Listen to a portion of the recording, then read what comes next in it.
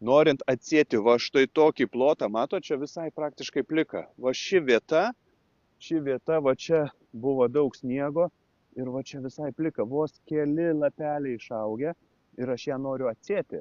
Ir tokių vietų atsiranda prie įvažiavimo, prie kažkokių oro kondicionierių blokų.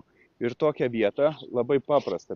Pirmas darbas, paimam su grėbliu, pašiaušiam, nuvalom paviršių, kad būtų švaru, todėl kad mūsų vejos sėkla turi kietai atsigulti, o paskui parodysiu, kaip minkštai užkloti. Atsėjimui paprastai naudokite, jeigu atsimenat, kokį mišinį sėjote, naudokite tą patį. Pas mane buvo sėta ornamental mišinys.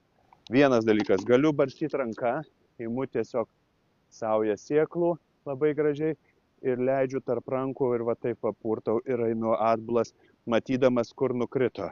Bet yra dar paprastesnis būdas, tai va su tokiu barstytuvu. Tiek ir vejos sėklą, tiek ir trąšas galiu nesunkiai išberti. Nusistatau normą, kiek noriu berti. Ir žiūrėkite, kaip švelniai bžžt. Einu ir beriu. Ir einu atbulas, kad matyčiau, kur jau išbėriau ir nenoriu priberti jokiais būdais į gėlynus. Išbėriau, atsiprašau, sėklas. Dabar imam paprastą taros dėžę plastikinę. Va, labai geras dalykas. Ir pabandysime užmulčiuoti. Užmulčiavimas padeda tai, užmulčiavimui naudoju arba kompostinę žemę, arba galima smėlį 0,2 mm frakcijos, arba galim naudoti nurūgštintą durpę. Kaip jūs norit. Jeigu naudosiu kompostinę žemę, tai bus kartu ir trąša man. Ne tik nauda užmulčiuoti. O ką padaro užmulčiavimas? Opa! Užmulčiuota veja geriau dygsta. Visą laiką yra toksai posakis, turi vejos sėkla kietai atsigulti, minkštai užsikloti. Tai tas minkštai užsikloti yra būtent kompostinė žemė. Tarp kitko, jeigu nepamenate, kokį vejos mišinį sėjote pas save sklype, naudokite turbo mišinį. Paprastai raudona pakuotė. Turbo mišinys, jisai labai universalus, būtent sukurtas atsėjimui.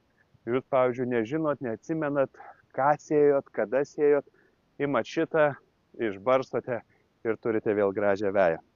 Taip, užmulčiuojame. Va, įbėriau labai gražiai į taros dėžę, kompostinę žemę. Jeigu yra kupstų, švelniai sunaikinkit juos ir paskui, va štai taip. Maždaug 2-3 mm sluoksnių užberiu ant viršaus. Tokia užberta sėkla labai gražiai tolygiai sudygsta. Liko tokie nedideli kupstukai, juos išberiu ir viskas.